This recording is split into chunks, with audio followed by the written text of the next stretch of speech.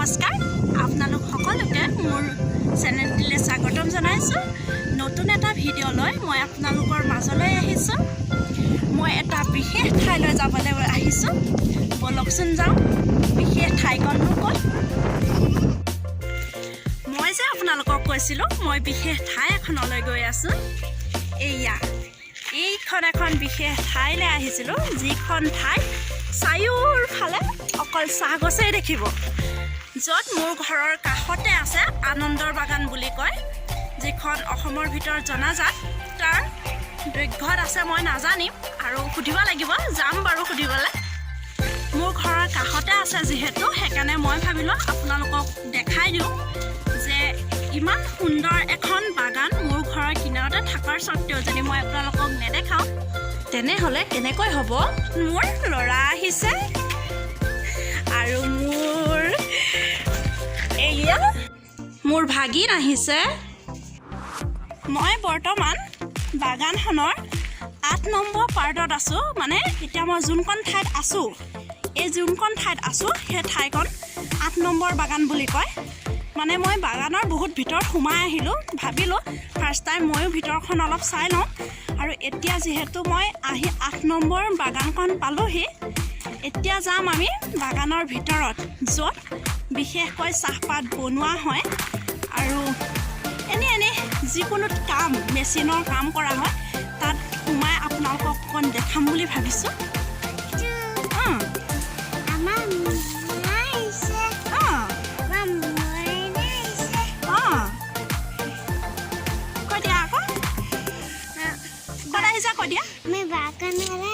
বাগানখন দেখাই দিয়া শুনক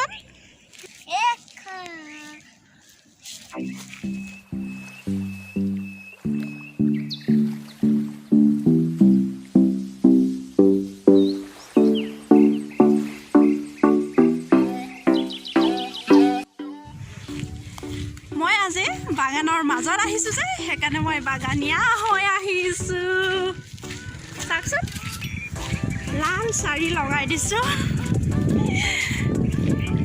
বিশেষকৈ মই ইমান বৰ বিশেষ নাজানো বাগানখনৰ বিষয়ে তথাপিও এইটো যে জানো বাগানখন আমাৰ অসমৰ ভিতৰত জনাজাত বলক এতিয়া বাগানখনৰ বাহিৰৰ মনোমোহা দৃশ্যৰ উপৰিও বাগানখনৰ ভিতৰৰ যিবোৰ মেচিন আৰু য'ত পাত বনোৱা হয় আৰু চাহপাত যে কি ধৰণে হয় সেইখিনিও আমি চাই অকণ উপভোগ কৰোঁ আৰু যিসকলে ভিডিঅ'টি শেষলৈকে নাচাব তেওঁলোকে সেইখিনি আমেজ নাপাব সেইকাৰণে মই কওঁ ভিডিঅ'টি শেষলৈকে চাব আৰু ভিডিঅ'টি যদি চাই ভাল পায় তেনেহ'লে লাইক কৰি দিব যিসকল নতুনকৈ আহিছে তেওঁলোকে মোৰ চেনেলটি ছাবস্ক্ৰাইব কৰি দিব আহকচোন আমি আনন্দৰ বাগানৰ প্ৰথমৰ পৰা সোমাই যাওঁ কিমান যে সুন্দৰ চাওকচোন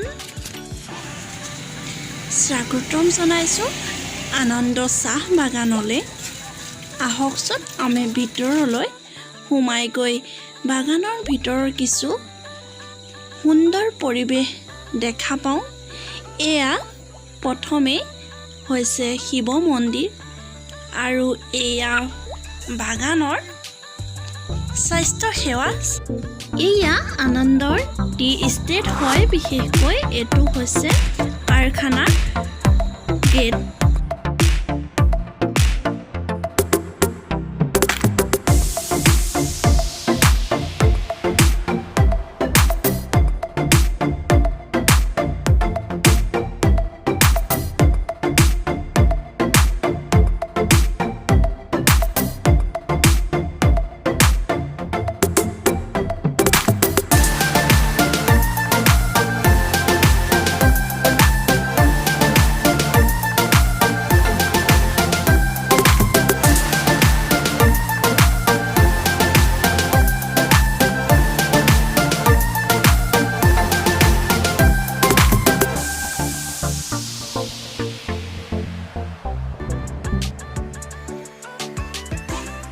বলক যিহেতু চাহ বাগান চাবলৈ আহিছিলোঁ চাহপাতনো কি ধৰণে তৈয়াৰী কৰা হয় সেয়া আমি ভিতৰ ফালে গৈ অলপ চাব চেষ্টা কৰোঁ।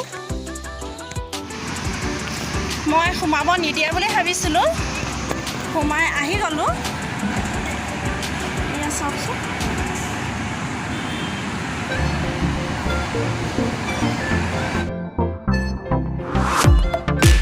যিটো ছাইডত সোমাই আহিছোঁ সেইটো ছাইড হৈছে ফেক্টৰীৰ পিছ ছাইড। মই পিছ ছাইডেদি সোমাইছোঁ। ইয়াত ইমানেই চাউণ্ড হৈ আছে যে সেই চাউণ্ড আপুনি ইঠাৰ পৰা সিঠাৰলৈ চিঞৰি থাকিলেও শুনি পোৱা নাযায়। ইয়াত মেচিন চলি আছে।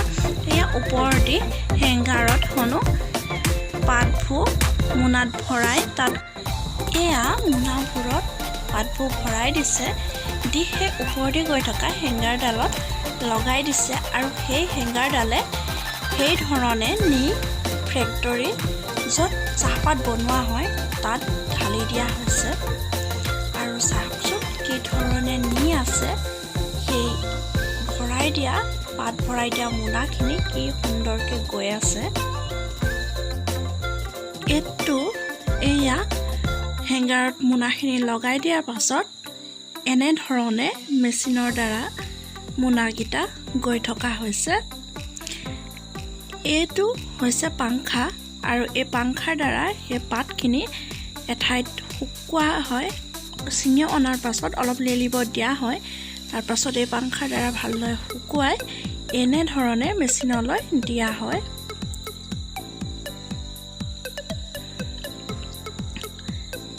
চাওকচোন কিমান মস্ত মস্ত পাংখা। এয়া আমি ফেক্টৰীৰ ভিতৰলৈ সোমাই আহিছোঁ, আৰু এনেধৰণে আমি ফেক্টৰীটোৰ ভিতৰলৈ সোমাই আহিলোঁ। এতিয়া যোন ঠাইত আহিছোঁ তাত চাহপাত বনোৱা হয়। এয়া চাওকচোন, এয়া মই ভিতৰত একদম সোমাই আহিলোঁ, য'ত চাহপাত পাতৰ পৰা চাহপাতৰ গুৰি হৈ ওলাই গৈ আছে। এইটো হৈছে মেচিনটো। এনেকুৱা ধৰণৰ ঢেৰ মেচিন আছে, মই তাৰে এটা মেচিন এইটো লৈ ল'লোঁ। এয়া ওপৰত পাতখিনি দিয়া হৈছে, তাৰ পাছৰ পৰা সৰিছে, আৰু এয়া অলপ অলপ কৰি ইয়াত মিহি হৈ আহি আছে প্ৰথমৰ পৰা। আৰু এনেধৰণে এয়া পাতখিনি গৈ আছে চাওকচোন। আৰু ইয়াত পৰি পিনি ইয়াত যেতিয়া পেলাই দিয়া হয় পাতখিনি, এনেধৰণে গৈ হয়তো মেইন ঠাইৰ পৰা চাহপাত হৈছেগৈ। তাত মই যাব পৰা নাই দেখাবলৈ, কাৰণ সেনেকুৱা ইমান সুবিধা নাই পোৱা যে সকলোখিনি দেখাব পাৰিম। যিকণ পাৰিছোঁ সেইকণকে আপোনালোকক দেখাইছোঁ। এয়া সেই একেধৰণে বহুত আছে, কৰি আছে কৰ্মচাৰীসকলে কাম। এনেধৰণে আমি ফেক্টৰীটো বহুতখিনি ভিতৰলৈ সোমাই আহিছোঁ।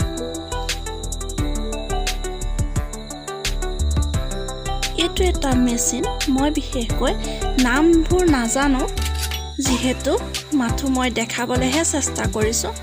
এয়া কি কৰি আছে মই নাজানো। চাহপাত, তাৰ ভিতৰত চাহপাত আছে, আৰু চাহপাতখিনি মোহাৰি থকাৰ ধৰণে আছে। আৰু এই মানুহজনে যি ধৰণে বেলচাখন লৈ আছে, এই বেলচাখনে এই পাতখিনি সেই তাত দি দিয়া হয়, আৰু সেই তাত শুকোৱা হয় হেনো, আৰু শুকাই পিনি এই ধৰণে ঘূৰি ঘূৰি গুৰিখিনি তলত পৰি যায়।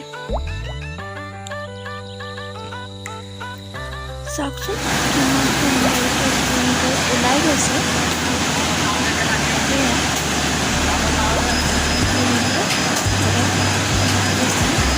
এইবোৰ পাতৰ নাম থাকে, মানে চাহপাতৰ গুড়াৰ 1 নম্বৰ চাহপাত, 2 নম্বৰ চাহপাত, এনেধৰণৰ নাম থাকে বিশেষকৈ। আৰু ইয়াত বহুত চাউণ্ড হোৱাৰ বাবে মই বিশেষকৈ ডাইৰেক্ট লৈ ব্লগটো বনাব নোৱাৰিলোঁ, কাৰণ ইয়াত ইমানেই চাউণ্ড হৈ আছে, তাত কোনো ধৰণৰ কথা শুনি পোৱা নাযায়। যিহেতু 4টা বাজিব সময় হ'ল, কৰ্মচাৰীসকল এয়া আহি পাতবোৰ দিয়া হৈ গৈছে। এনেধৰণে পাতবোৰ লয় চাগে, ইমান বিশেষ নাজানো।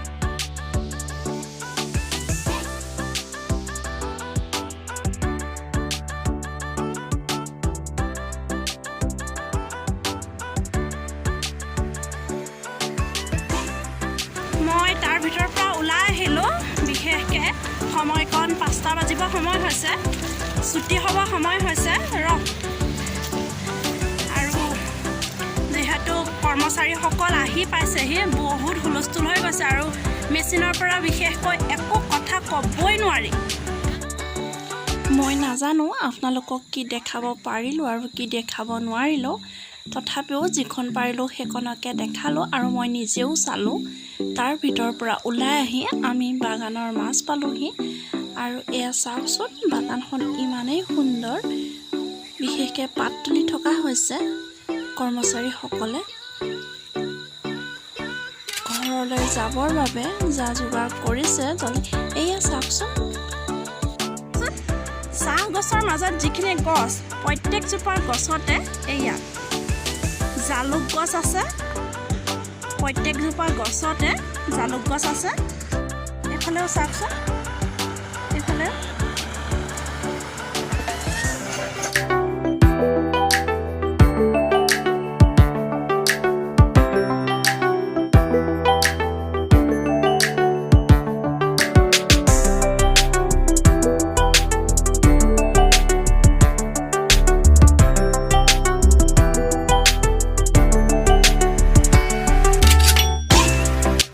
গছৰ মাজে মাজে আহিছোঁ বিশেষকৈ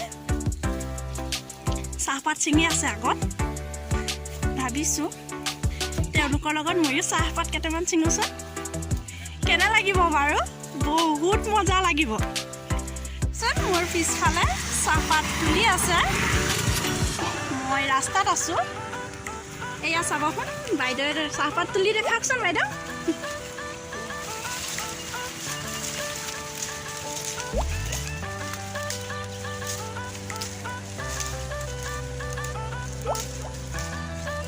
কিমান স্পীড তোলে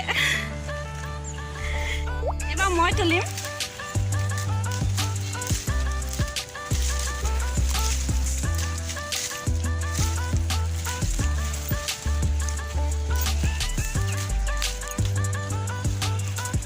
পাৰি গৈছোঁ এয়া চাওকচোন ময়ো চাহপাত ছিঙিব ল'লোঁ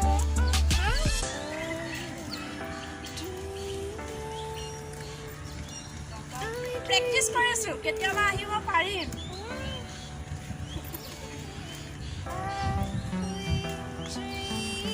পাৰিছোঁ ন পুৰা স্পীড পাৰিছোঁ হয় নাই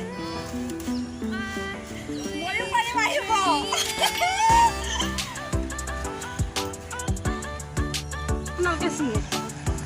ছুটি হ'ব 4টা বজাত ছুটি হৈ যায় ৰাতিপুৱা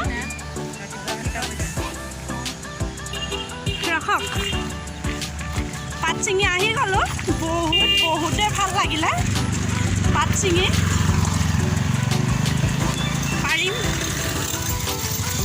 নহয় পাৰিছোঁ পাত ছিঙিব মই ঘৰলৈ উভতি আহি গ'লোঁ আৰু ইয়াত জানিব পৰা মতে 159 হেক্টৰ মাটি আছে বুলি গম পাইছোঁ আৰু বহুতেই ভাল লাগিলে আপোনালোকৰ যদি ভাল লাগিছে তেনেহ'লে লাইক কৰি দিব যিসকল নতুনকৈ আহিছে তেওঁলোকে মোৰ চেনেলটো ছাবস্ক্ৰাইব কৰি দিয়ে যেন নতুন এটা ভিডিঅ' লৈ আপোনালোকৰ মাজলৈ মই আকৌ সোনকালে আহিব পাৰোঁ যাতে তাৰে মোক আশীৰ্বাদ কৰিব আৰু ভিডিঅ'টি কেনেকুৱা হ'ল জনাবলৈ নাপাহৰিব কিবা ভুল দেখিলে জনাই দিব বাই বাই